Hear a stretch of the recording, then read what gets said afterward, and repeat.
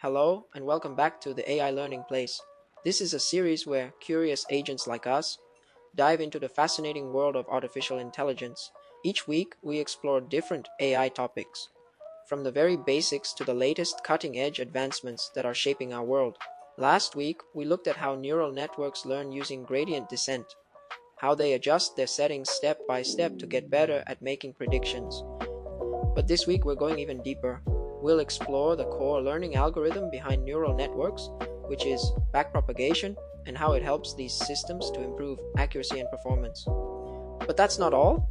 We'll also connect this to something even bigger: large language models, or LLMs, the powerful AI behind chatbots, virtual assistants, and so much more. These models aren't just fancy autocomplete. They're changing how we interact with technology. And while we're at it, we'll take a step back and explore the bigger picture of AI, diving into symbolic AI, neural net AI, and the ever-growing world of generative AI. It's going to be an exciting ride. So are you ready? Let's dive in. Alright, let's pick up where we left off. We know neural networks get better at predictions through gradient descent. But how exactly do they figure out which parts of themselves to change, and by how much? That's where backpropagation comes in. It's the algorithm that makes all of this fine-tuning possible. Think of backpropagation like a detective retracing the steps of a mystery. It starts at the output, the final prediction, and works its way backward, layer by layer, asking, what adjustments in each layer would have given a better result?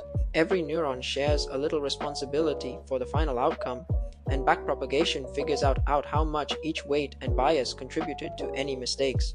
We also knew that cost function is like a performance score for the network, telling us how far off the network's prediction is from the actual target. With its goal is to minimize the cost function, backpropagation calculates the gradient of the cost function and uses that information to adjust the weights and biases to reduce errors. But what makes backpropagation really powerful is how it combines the learning signals from all the data. Imagine a whole class of students working together on a group project. Each student provides feedback, and their collective suggestions lead to a better final result. The cost function aggregates all those suggestions, and backpropagation uses that information to figure out the best changes to improve accuracy. So why does backpropagation matter? It's not just about making predictions, it's about making better predictions over time. Backpropagation is the backbone of modern AI because it allows networks to continuously improve, even when the data is noisy or complex. Without it, neural networks would be stuck guessing and hoping for the best. In fact, this process is what makes deep learning possible.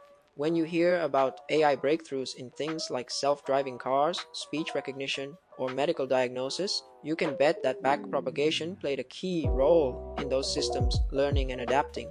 Now, here's where things get really exciting. Backpropagation isn't limited to recognizing images or numbers. It's also what powers large language models, the brains behind tools like ChatGPT and virtual assistants. When an LLM predicts the next word in a sentence, it's not just guessing randomly, it's applying patterns it has learned from billions of sentences. Backpropagation helps it tweak its understanding of language every time it encounters something new, making it better at understanding context, nuance, and even humor.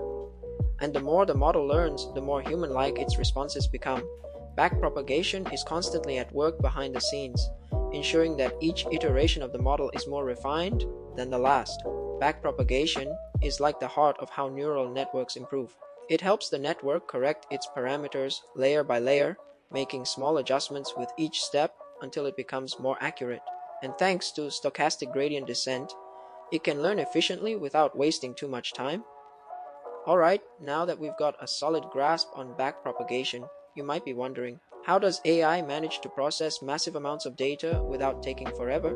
Well, that's where stochastic gradient descent comes in. Think of it as the secret sauce that makes deep learning faster and more practical. Remember how backpropagation uses the gradient to adjust weights and biases? Ideally, we'd calculate this using every single data point in our training set. But here's the catch: when we're dealing with millions of training examples, calculating the gradient for each one is just way too slow. It would be like trying to move a mountain pebble by pebble. We need a faster way. This is where stochastic gradient descent saves the day. Instead of looking at all the data at once, it breaks the data into small random mini batches and calculates the gradient for just that mini batch. This allows the network to take quicker steps toward improvement. Let's go back to our mountain analogy. Imagine you're blindfolded again, but this time, instead of carefully analyzing every possible step, you take small, quick steps in a generally downward direction. Sometimes you'll stumble, and sometimes you'll get lucky and hit the perfect path downhill. But overall, you'll still reach the valley much faster than if you stopped to measure every single step perfectly. In machine learning, these random steps make the training process feel a bit chaotic at times, but they give a huge speed boost. And surprisingly, this randomness can even help the network avoid getting stuck in a local minimum, a spot that feels like the lowest point, but isn't actually the best solution. Here's how it works. The training data is shuffled and divided into small chunks called mini batches. Each mini batch is used to calculate an approximate gradient, and the network updates its parameters based on that mini batch. This process repeats over and over until it converges to a good solution. The result, the network trains much faster, making it possible to build large complex models without waiting for days or even weeks for each update. So, stochastic gradient descent is all about trading a little bit of precision for a lot of speed, and in the world of deep learning, that's a trade-off we're happy to make. Now that we've talked about backpropagation and stochastic gradient descent, let's move on to large language models, or LLMs. These are the brains behind chatbots, virtual assistants, and much more. When building a chatbot, for example, the model predicts each word the AI assistant might say in response to user input. Here's something cool. Every time you run the model, it can give a slightly different response, thanks to some randomness baked into the process. Now, how do these models learn? They read a lot, really a lot. Imagine reading the entire internet for over 2,600 years non-stop. That's the kind of data these models process to learn how to predict words accurately. But it's not just about reading. Training these models involves backpropagation, the same learning algorithm we talked about earlier, to adjust and fine-tune billions of parameters. It's a massive computational task that can take what feels like 100 million years if you're counting every multiplication and addition. The real game changer for LLMs was the transformer model introduced in 2017. This model processes text in parallel, making it super fast and efficient. But what makes it truly special is something called attention. Attention allows the model to focus on the context surrounding a word, which helps it figure out its meaning. Take the word bank, for example. Attention lets the model decide whether we're talking about a river bank or a financial bank based on the sentence. Pretty neat, right?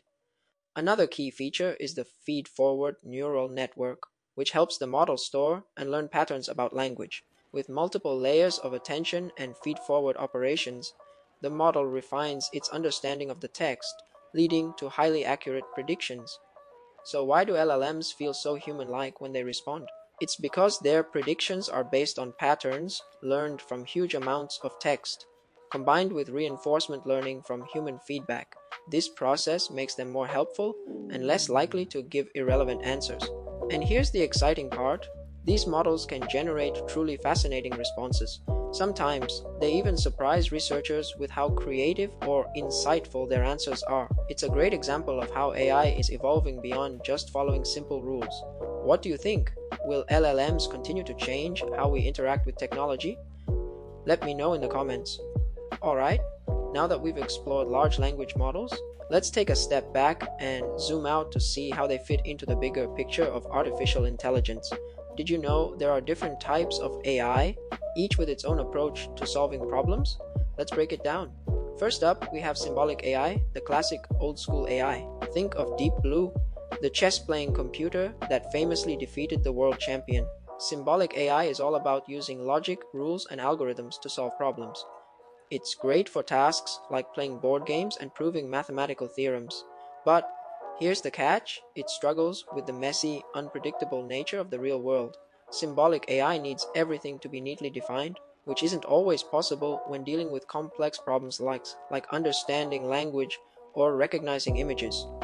Next, we have neural net AI, the modern cutting-edge approach that's been driving most recent advancements in AI. This type of AI powers image recognition, speech processing, and of course, generative AI, the AI that creates things like text, images, and even music.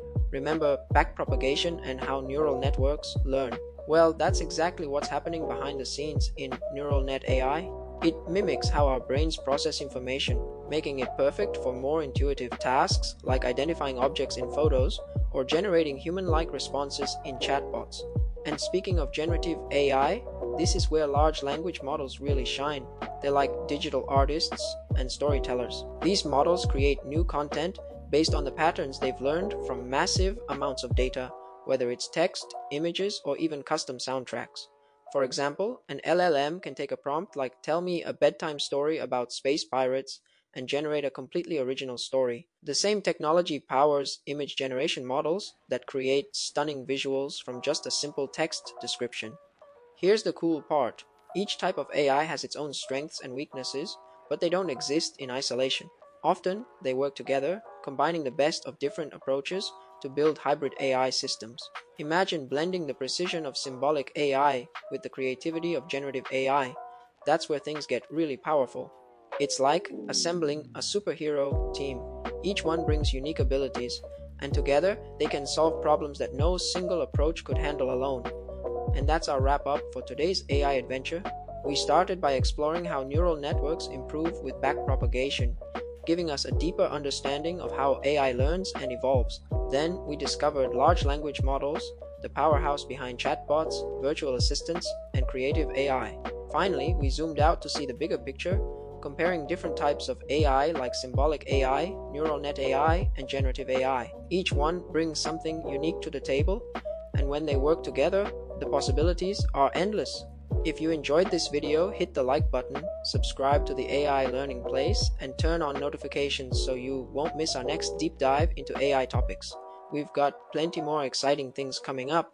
Until next time, stay curious, keep learning, and I'll see you in the next one.